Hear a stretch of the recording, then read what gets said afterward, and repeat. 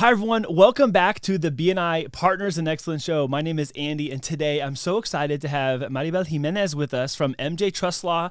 We are right at the apex of your first year in BNI. We have a lot of new people that have joined BNI, and there's a lot of us old guys that not just we're old, we've just been there a long time. Well, and we're old a little bit. I'll say it. You don't have to say it. You can just nod, be like, "Yeah, that's true. That's true." I won't say any names like Miguel or Jim, and especially Reyes Delano. Those guys. They're old. Eddie. There's a list growing, as you can see. But it's been so wonderful to have you join our chapter, and you bring such enthusiasm to the room, and what I've already witnessed in your seminars too, like true professionalism and craft in what you do. Now, most people might think, "Oh, well, how is there craft in trust and estate law?" But one of the things I'm hoping to talk to you about today and hear from you is just really how every situation can be so different. You're dealing with a lot of personalities. There's a lot of preconceived notions. There's a lot of superstition around, talking about end of life things. So can we talk about all that stuff today? Yes, of course. And thank you for having me, Andy, and forcing me to do this. No, thank you for having me. This is definitely like taking me out of my comfort zone, but I'm excited and glad to like explore new things. It's so funny because I had asked a while ago, raise your hand when I was doing a presentation, like raise your hand if you you don't want to be on camera, or you don't like the way you look or sound, and like all these hands went up. I'm like, you know what? You teach seminars in front of groups of people. It's just different. Like being in front of a camera. When I'm in my seminars, I'm focusing in like everyone else and just like seeing their reactions and like trying to tell them something that I know that it's so important, but like having a camera in front of me is just like, I don't know. Well, so but I'm glad that I'm doing this with you. It was funny to me though, because when you raised your hand, in my mind immediately I'm like, wait a minute, I've watched you do a seminar and you totally did it like confidently and super competent, of course. But then I'm like, I also had cameras there. What is she talking about?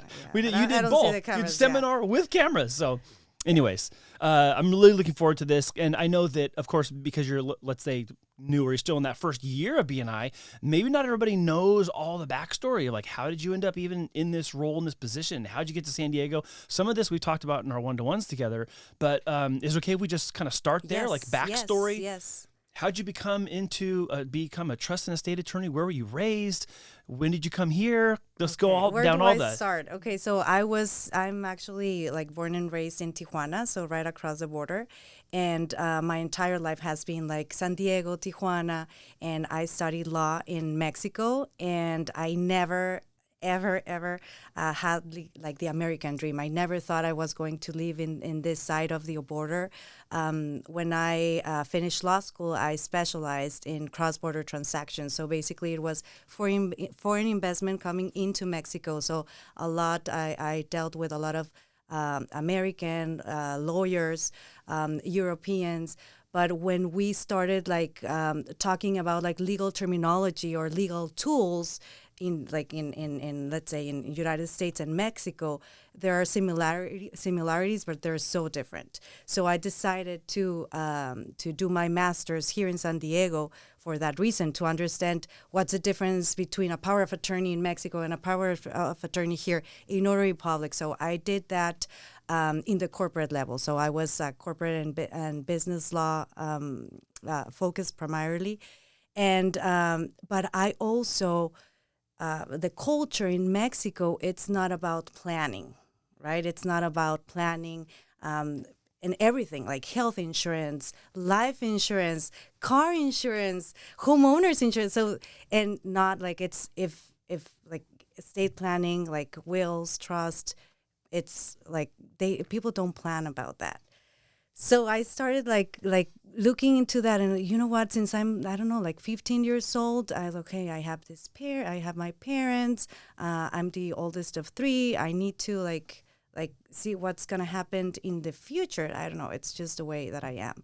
So I started seeing this lack of planning, and so when I came to the after I don't know, like moving to California, and that's just like life happening, I decided that I wanted to do this here. So yeah. So you mentioned, I mean, in That's like, that was like jam packed. That was like Yeah, an I know. awesome Like, like summary. No, it was perfect. Like that's great. Like you had that down. I'm like, is there like a screen behind my head? You're like reading. It was like perfect. No, okay, no. So you mentioned 15. Like, is that because you had like this? You had like this awareness of, oh, I am noticing, I'm observing this, and it triggers something, or what? So, I had my three of my grandparents, and we were very close. So they were aging, and I started noticing some stuff, and also like hearing some stories. I call them like horror stories, that families just like be torn apart because of nothing. Not even like a property that's super valuable.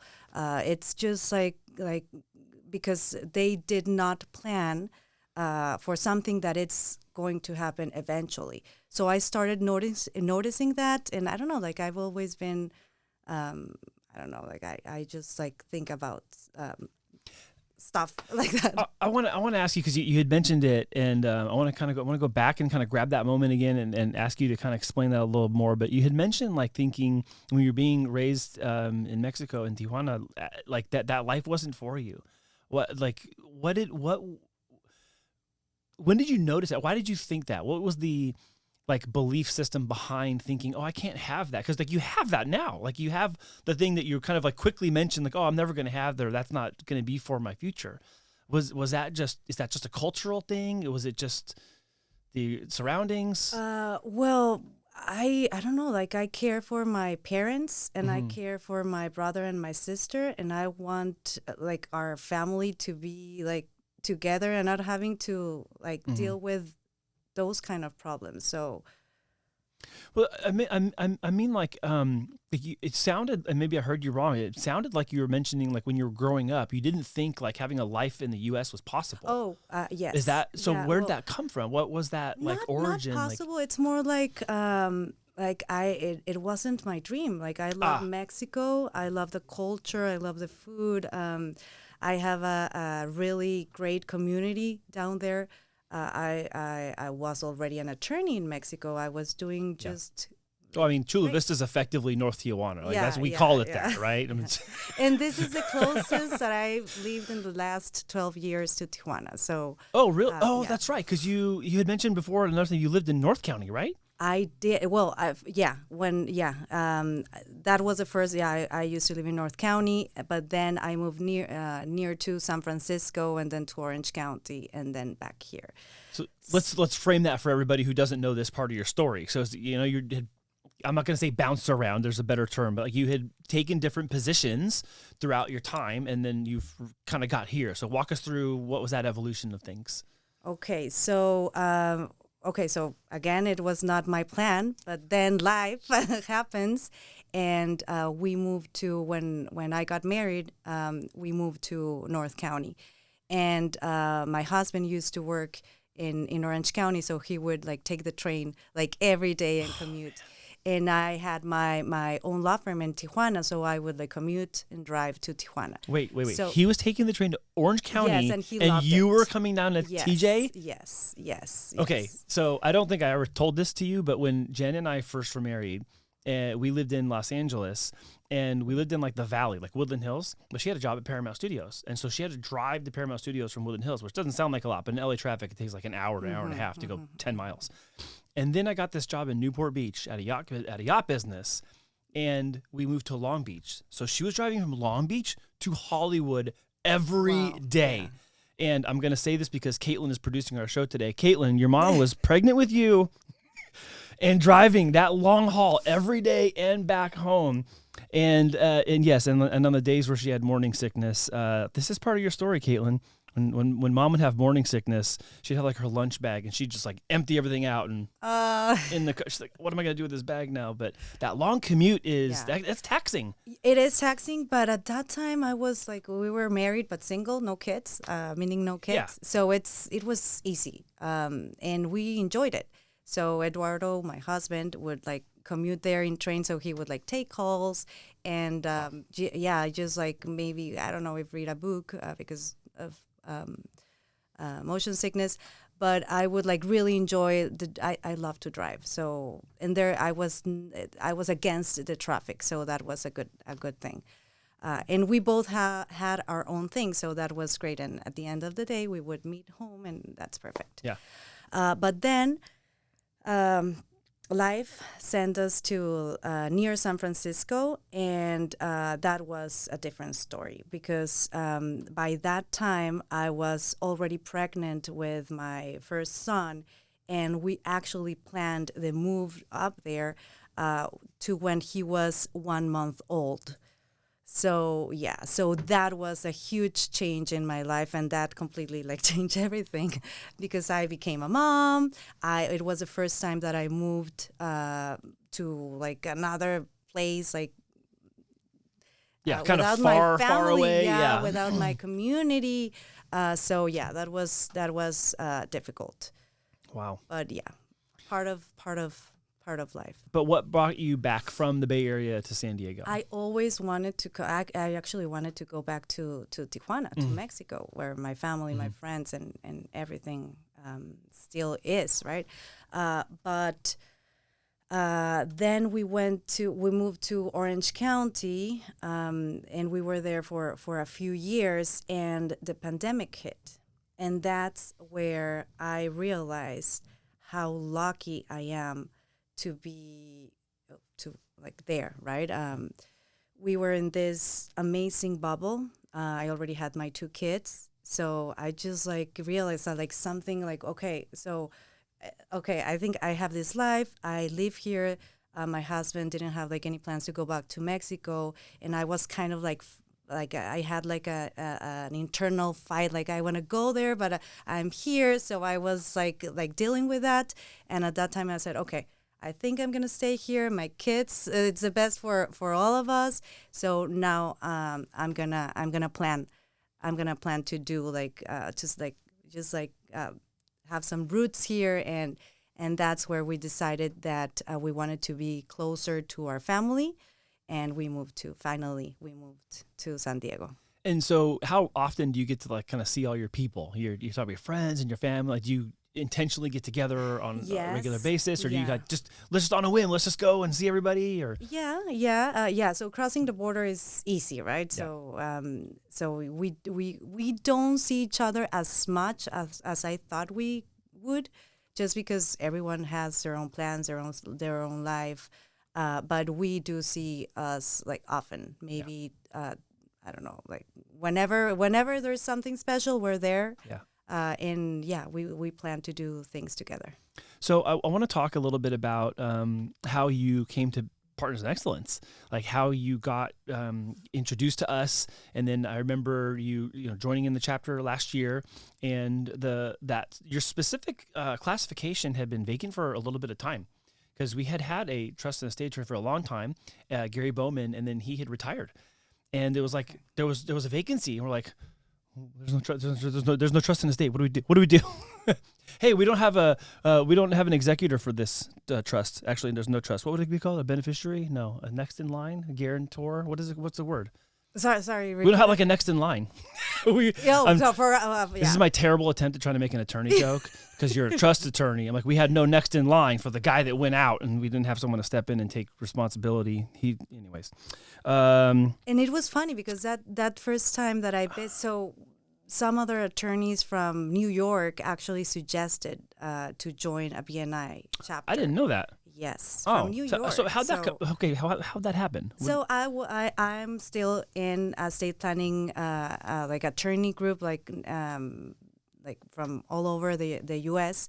So some of them suggested, hey, you should go to a BNI chapter, and I was like, I don't know, like I have no time, like, and then I decided, okay, I think it's time to see what's BNI about. So I just like looked for chapters that were close to my area, and I found you guys. And the first day that I'm there, David Grieve just like says hi, and he just like welcomes me like super like amazing, and I'm like, okay, so.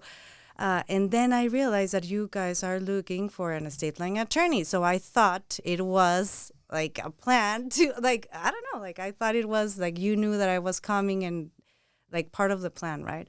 Then it was like Visitors Day 2 weeks after that first visit I had. And I was like, okay, I need to decide like if I want to do this. And when, I don't know, like I was so impressed of the group and the ambience and everything that day that I decided to join, and I'm happy I did. Well, we're happy you did too. As you kind of seen it unfold, there's like always a lot of new energy and excitement when new people join the group. Like I was joking at the top, like, yeah, there's a bunch of us old guys. Like there are people, we've been around a long time, and we've seen a lot of people come and go. But it's always, there's like a tone that changes when we have an induction, and then we induct another member, and then we have another. It's like, there's this, it like takes on its own, like a life of its own, as you say, right? And there's just something about last year that like changed. It's all that like shut down stuff from before of doing online only. And, we've been an in-person chapter the whole time. There's a lot of BNI chapters that are hybrid or only do online. And like, again, there's so many of us that like, that's not what we've ever done. So that was a big shift for us. And then be able to come back and then kind of come back with authority was awesome. So, that kind of like this pendulum swinging into this momentum, it was like around the time when you came back to BNI, or when you came to BNI, and we had that Visitors Day and had like the room was packed.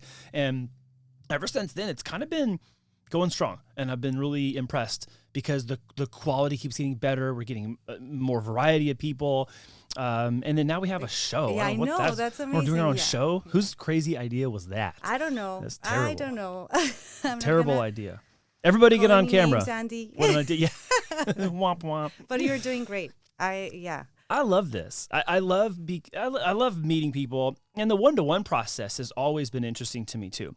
But specifically, being able to do this for BNI Partners in Excellence members helps me help them break down barriers of like nervousness or I don't know how I sound on camera. I don't know what I'm going to talk about. But what's so interesting to me has been the psychological shift of like, we talk about these things all the time. Like, how easily have you been able to share your story and talk about where you've been and how you got there and why this and why that? And we just naturally do this. And for some reason, like, we lock up because there's like a camera and there's lights and there's a microphone in front of me.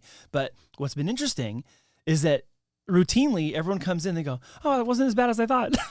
Or, the time went faster than I bet you don't even know how much time has passed. No. A lot more than you think. You probably think, let's guess. We'll watch the screen right now. And without looking, how much time do you think has elapsed? I don't know, like 12 minutes? Sure, let's go 12 minutes. Wrong. Okay, no, you're fine. It's been plenty more than 12. Okay. So that's the point, is that it's like, it becomes a life of its own. Even our BNI meetings go fast. They're an hour and a half, but it seems like it's like 20 minutes, right? Because like boom, boom, boom, we go through things. And so I just love kind of this season we're at. Yeah, I've just loved being a part of BNI. I really wanted a community, a community of like-minded professionals and persons who like to share everything, our struggles, our strengths with each other but building a relationship. So I really think that BNI has done that. And the group that you guys have built throughout these years, because the chapter is like 18 years now? Since 2006, when Miguel initially started the idea of BNI. It's been around a long time now. And this this podcast has just like made me learn so much about everyone. So and the chapter. So it's been amazing. And everyone has really good stories, don't Yes. they? And here's what's funny is sometimes like I've known like Miguel since 2009. I've known Eddie Ray since then. I've known Mark Johnson since maybe 2009 or 10 or something. And it's like we've known each other this whole time, and then we do this, and then like some story comes up that I've never heard about, or I forgot. Like, oh my gosh, that was hilarious! I forgot about that. Ramses told a really funny one a couple weeks ago. I won't blow it for anyone who hasn't seen it, but you have to like listen to Ramses' story at the beginning of the show. When he talks about his email address. Just that's the key. That's the Easter egg. Go watch Ramses' episode about his email address he was using. It's very funny. So I want to talk about what you're doing now with MJ Trust Law. I want to get to, I kind of preface this at the very beginning. Look, there's some skepticism, not skepticism. What's it called? When people they think if they talk about death, they're going to die tomorrow. Oh yeah, that's like a. Why am I forgetting the word? Why am I forgetting the word, Caitlin? What's the word? When it's not skepticism. No, it's superstition. Yeah, thank you, off camera, Kate. Hey, that's your new stage name. Your new work name is Off Camera Kate. Okay. Hey, Maribel, thanks for being here. We named Caitlin off camera Kate today. You guys all heard it here first. Off camera Kate. So superstition. Now, I know culturally that's like a thing. So you're trying to I'll say aggressively, so you don't have to say the word aggressively combat that by getting people in, like, let's say local culture, specifically Hispanic culture, to talk about these things now to be in preparation. So I'm going to just say, go, start talking. Tell me all about it. Okay, about how to. Why do we have superstitions? Overcome? Yeah, how are you helping people overcome that? What do they need to know? It's part of being human, just like being afraid. You don't want to talk about what's going to happen when you're not here. And not because of you, because of your loved ones. And estate planning, it's basically about the person who's stay, right? So how to do that transition as smooth as possible. And there's a lot of superstition. It's a myth that we need to overcome. And what it's been surprising to me is that it's not just Hispanic. Also, like Americans, they don't plan. And I can see both sides of the law in like Mexico and Latin America and here. And here we have amazing tools that are flexible, that are not available in other countries like Mexico. So it's just so easy to plan and to do it. How I try to get this information out there, because information is power. So the more you know, the better decisions you can make for you and your family, is just educate people. So you've been to one of my seminars. So I try to explain in 30 minutes what estate planning is, why it's important, what are life major changes that you need to be careful about. And honestly, it's just like anything in life, you need to take action.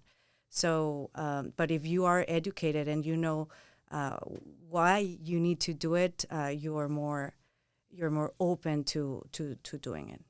What is one of the most common things you get resistance on? Is it even just coming to an appointment? Is the resistance to people sharing the details of their life and oh, I own this and I have this much money, or I want it to go to this person, not that person? What do you typically find that there's resistance to? Well, or there's maybe some common things? When they come to me is because they already thought about it. So they already know that they want to do something, right? There's a lot of misconceptions. So during our first initial consultations, I explain what their options are, because it's not like one thing fits all, right? Everyone has their unique goals, their unique family situation, financially, dynamics. So we need to address those things first, and then I share the options, and they decide how they want to handle their estate plan. But so when they come to me, they already know, they have already taken the first step. Other than that, it's just inviting people, sharing. I have parents who bring their younger kids, and I have kids hey, I want to talk about my dad. But at the end is sharing this knowledge. If we want to change things for us, for the next generation, we have to share it, right? So yeah, so events educating people, that's a huge thing, and it's very important, I think. And so I want to make sure, and I had brought up the kind of I kind of led into this section of our talk with the superstition thing because of me knowing that you do these seminars in Spanish. And again, it's not me just kind of broad stroke trying to paintbrush over one group of people or another. It's the same in I have friends from Filipino culture, Black, the same thing. Oh, my mom and dad, they don't want to talk about that. They feel the second they talk about that, they're going to die tomorrow. Not really tomorrow, but it's that hyperbole. I don't want to talk about it, but it's so important. And I think I know that you're right. It's this is kind of universal. It's a human thing, not just a cultural thing. It is but I want you to talk about the importance, specifically here in San Diego and South County, maybe more specifically, of doing these seminars in Spanish. Why are you doing them in Spanish? Okay, because first of all, it's a different culture. It's a different culture, so we are not used to. It's funny because even though we have like Dia de los Muertos. And we so it's like I wasn't okay, gonna say we have that, Dia but de los Muertos, but you don't want to talk about this, right. And one of the misconceptions is like, and I've talked to like some people about this. Is like, okay, my kids want me to like wanted to come with you to talk about this. Well, maybe they want me gone, and it's not like that. It's just changing the perspective. It's just changing the perspective, right? So. In Spanish, because that's it's like my first language. It's my culture. It's like the people that I know need to learn more about this, and it's just like something that was like that just organically. There's a selfish side of me that brought it up because for a couple of years now, with kind of the evolution of podcasts and show formats like this, there has been like this void of content in Spanish in Eastlake, Chula Vista, South Bay for years. For 3 years, I remember going back to 2021, I'll say 21, into 21, and beginning of 22. Right around that 3-year mark. Some friends of mine who are also in business in different industries, I'm like, double down on doing your content in Spanish. They're like, no, I don't want. I have all these excuses or these reasons, and that's fine. I'm not saying it's for everybody, but the market needs it. There's demand for it, and I was like seeing it on the horizon. And you know what's happening now? All of these really famous podcasters do their show in English. You know what they're doing? They're translating it in Spanish, translating it to Tagalog, translating to all these other languages, and then setting up these separate channels for multi-language experience for the same person, the same content. And Yeah. I'm so happy that you're doing that. That's why I wanted to bring it up, because I know it's needed here, and there are only a handful of people I see doing it, and it's necessary. So I'm very happy that you've stepped into the arena. Yeah, in this area, it's a lot of Spanish speaking. But I don't So- see a lot of people doing it. Like I don't see, and it's not because I'm not looking. Maribel, I can go find what I want to find in town, right? But it's that I don't see people actively trying to teach a seminar and do it in the language that's native to the person that needs the help. And I'm not trying to go down some like crazy detour here, but like it's important what you're doing. And when I came and I was attending and filming the one that you did a couple months ago, like families came. I saw maybe 2 or 3 different tables where like the whole table was the family and they're 3 generations deep.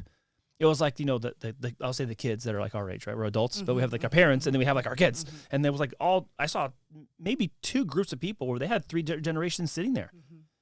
I think that's at the essence of why this is so important.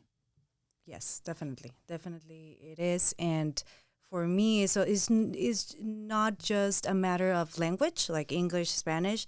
It's also a matter of how you think about family, relationships. What you want to pass down to other generations, because estate planning is not just about assets, right? It's about your values.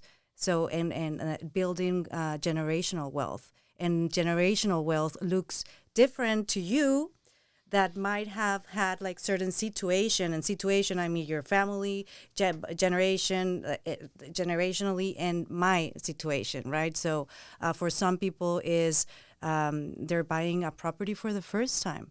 Maybe they're the first professional in the family. For others is like a good inheritance is like giving your kids a great education.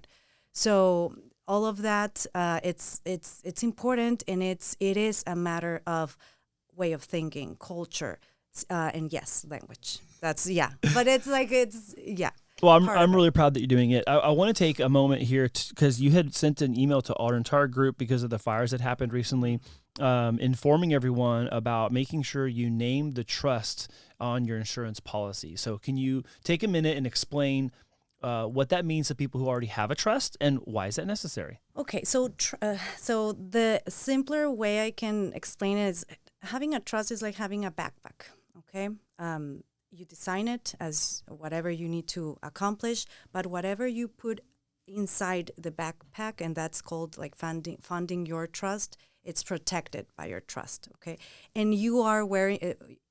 Even though you are like the initial trustee or the initial manager of your trust, you're wearing a different hat.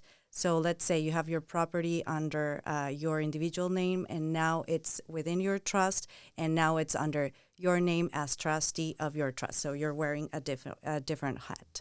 So for insurance, and I'm not an insurance agent, Irune and Ramses can give us like insights into this, but you need to name your trust, like the different hat that now you're the owner of the property is your trust. So you need to name your trust as an additional insured. Why? Because you don't have to like face problems in the future with your insurance company. It could be a technicality if you have to claim a loss and they go, oh, well, hold on. Your trust isn't named. Yes. It's you as the person. So you're insured. Your trust is not. Exactly. Oh, you have your house in your trust? That's going to be very inconvenient. So, yeah. Very so inconvenient. You're the policyholder, but the owner now is a trust, right? Yeah. So we don't want to be dealing with those things if in the event that that happens. So quick homework assignment for everybody. If you have a trust and you have a home or other assets that are insured, go make sure that your trust is the one named in the insurance. Exactly. All right. As an additionally insured. As additionally insured, yeah. So, okay, good. We got our public service announcement. We got our PSA out of the way. I want to ask you a couple, like, just backstory questions, and then I have some, kind of end of show questions we'll kind of get ourselves to in a minute. I would love for you to just share something from, like, your upbringing or your childhood that, like, you think of really fondly. Whether it was somebody in your life or a season of life where you just remember, like, life was awesome and life was great. It could be anything. What is something that comes to mind if I ask you to recall or share a story about something you remember fondly from growing up? So growing up, like, around my cousins, we were like 8 of us, and like between the same ages, so it was just like super fun to be around them. We would like plan this amazing like Christmas recitals for our family, and we would like decorate and like just like dress up and just like plan it between, I don't know, like 5 girls, and that was amazing.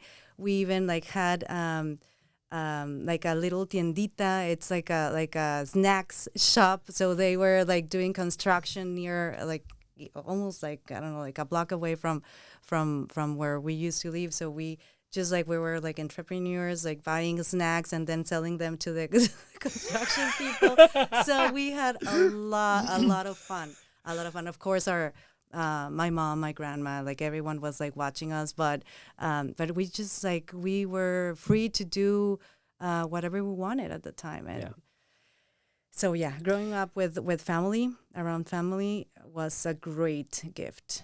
So I know you had shared with me you have a son and you have a daughter, and you're working with families all the time for the benefit of their sons and their daughters. So in some ways, it's almost like your career path and your lived life are really inextricably linked. You go to work and talk about family and legacy planning, and you're at home doing your own raising and ushering up these children into adolescence here soon. Oh my gosh! At least for your oldest, did I say that? Yeah. Yeah. Off camera, Kate. Off camera, Kate's going to be 20 this year, Maribel. I know. So your son is 10, and your daughter, you said, is 7. Okay. What's your favorite part of being a mother? Just like getting to guide them and to know them, like at every stage. When they were little, it was like these little things that they just like eat and do other like essential things. But now they have like their own personality, and just like seeing them grow, it's just amazing. Like creating these humans, like it's just like, it's a miracle. Honestly, it's a miracle. What is something that I'll ask you about both. What is something that your son does that you're really proud of? I think like my son is an old soul. So he's very smart, but he's like, he likes to talk about, like, we have like discussions about past lives. Like if he thinks if we think that really exists.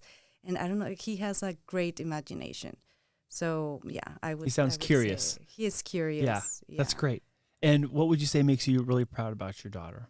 Oh, my daughter. She decides that she wants to do something like I don't know, like a split, and she keeps doing it by herself until she like attains her goal. So she's just like self-motivated, like super self-motivated, and she's an inspiration. Moment of truth. Does that come from you or Eduardo? I don't know. The safe answer is both. Yeah, both. Yes. You're like, I'm not going to admit But that she I'm takes it like a whole new level. Yeah. They're amazing. But it is amazing, like seeing a little bit of Eduardo, a little bit of myself in them, and then how they also have like their own personality since they are like born. I remember my mother-in-law telling me like, well, kids, like babies, they have their own thing going on. And it's like, it's true. It's true. Like you can, as a parent, you can guide them, but they already have like their own mission, their own personality, their own like essence. And that's just like beautiful to see and to like see unfold. Yeah. So what is one of your favorite activities? It's 4 of you, right? The 4, your family, 4? Yes, yeah, you, 4. Eduardo, and the 2 kids. And Mushu, my dog. Oh, Mushu, Yeah, sorry. yeah. Mushu, I don't mean to leave you out. If you're watching the so show, does your dog watch TV? Officially 5, yes, he does. Oh, your dog's going to watch the show. Hey, her dog's going to watch the show on TV, Kate. Yeah. So, sorry, what about your dog? You're saying about your dog? No. My son would say and Mushu. And so Mushu, we're a got it. family of 5. Got it. Officially Family a of 5. Family of 5. Yes. So what is something that you as a family enjoy doing together collectively? Like vacationing, going out to dinner, sitting at the beach? Like what do you guys love doing together? Every Friday we do a family date. Yeah. That's awesome. Yes. So how does that work? Do you guys all take turns picking or No. is it mom rule? We're going here. No, I said. Kind of. Hey, can you tell that was said by a guy who's married with 3 daughters? Yeah. So it's I would like if you know what, I tried to find a place that they're older now, so they're 10 and 7, but when they were babies, there were like different places that we had to go to, but I've tried to find something fun for my husband and I as a couple.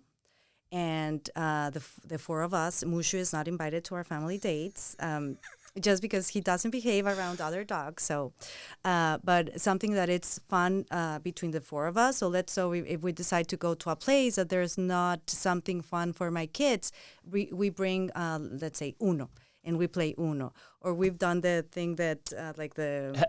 heads up, right, Kate? Is that the heads up? Charades? Oh, or no, are you talking about the phone? And, no, and pass and... Oh, okay. I thought it was called heads up. Yeah. Oh, I guess. So, maybe I'm playing an old game. Yeah, so we make it fun for everyone. We talk and we play music. So my husband and I, we before kids, we used to go to a lot of music festivals. So we are like huge music fans, and my son was already like listening to like great music, I would say, since he was like, I was pregnant with him. So the 4 of us really enjoy it. So my son is a DJ, and we would like take turns on choosing a song. So yeah, that's something that we really enjoy. That sounds like a lot of fun. That sounds really neat. Everyone gets to participate and everyone gets to enjoy it. And Uno at dinner, I like that idea. Or wherever you're at, like that's fun. Yeah. We do game nights. We have a couple of games we play. I actually had, in my conversation with Will Schussel, he plays this game called Cribbage, which is like a card game. Yeah. Mm-hmm. I grew up, my grandparents and my mom and dad, or my mom really taught me that game. And I play with my grandparents, so like that's kind of like an older game. But I don't know how to play backgammon. I'm not good at chess. Like I want to go like recapture some of those like more, I'll say, traditional games. Like all the new games are fun that we played. That's great too. But I don't know how to play backgammon. If anyone knows how to play backgammon, could you please teach me? Because I've never played and I want to learn. 1-to-1 with you. 1-to-1 with Andy for backgammon, and then you can go play cribbage with Will down at the Oasis bar. I think it was called the Oasis bar he goes to every Wednesday at 3 p.m. How did I remember that? You have good memory. How did I remember that part? And like I forget a bunch of other things. Okay, Maribel, I have to honor your time, so we're gonna like careen really quickly to the end of the show. But I have 2 questions that I ask everybody, and I think you know what they are. The first one is if you were in a arena and you were in front of 100,000 people, and I hand you the microphone and you can get to say thank you to somebody and tell them why, who would you want to say thank you to, and what would you say? That's a really good question, because there's so many people to thank, but I would thank my husband. He's definitely my maestro. Like, he's been like someone who has taught me so many things, and someone that I decided to team up with. And it's been marriage, right? So it's ups and downs, but at the end, you become stronger, and you realize that without that person, I wouldn't be able to be here, like here with you right now. So yeah, I would thank him, and my parents and my kids, and because at the end, it's like a support system. Yeah. So it is, but my husband. Among that support system, Eduardo numero uno. Yeah, Eduardo number one. Yeah, I would say Eduardo, definitely. And then the other one is, if you were going to have share a meal with somebody dead or alive, who would it be? If you could share a meal with someone dead or alive, who would it be, and why? Okay, I would say my tata. It's my granddad. He passed away a few years ago when I just got married. And so there's something about experience, aging, that makes you realize how important some people were in your life, right? So just listening to my grandpa's story, it just made me realize that how amazing he was. And at that time, I couldn't appreciate it as I do it right now. So I would love to have a conversation about him, with him about many things that I've learned along the way. That's a great answer. I'm always fascinated with the answer everyone gives, because there's such a wide variety. Now, having done so many of these with everybody, I get such a neat, wide variety of answers from everybody. And every once in a while, someone says, my grandfather or my grandmother or mom, dad, especially if they passed. So that's really special for you to mention him. We have to honor your time. I have a lot of other things I want to talk to you about, but I know you have to go. So I want to end, but we're going to have to do some version of this again. I'll follow up. Because, now it's not been 12 minutes, it's been 15 minutes, but it's time to go. It's been way more than 15 minutes. Oh my God. Yeah. Can you believe we did almost close to an hour already? Really? Yes. But it doesn't feel like it does. No, it's not like it all. No, you all make it so easy, Andy. It's a group effort. Thank you. You did a great job today. So, gosh, there's so much more I want to talk about as far as what other partners you're looking for in business and how people are good connection and contact points for you. So you're going to have to schedule one-to-one with Maribel if you have not got your answer today from the show. So schedule that one-to-one. And if you want to network with Maribel and myself down at BNI Partners in Excellence, we meet down at the Chula Vista Golf Course in Bonita. That's at 4475 Bonita Road every Wednesday at 7 a.m. 7 a.m.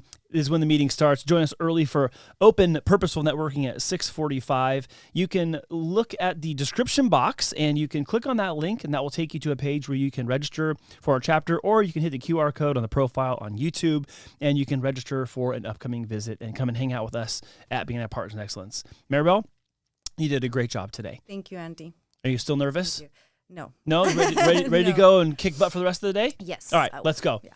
Thank you for watching. We'll see you with another great guest next week.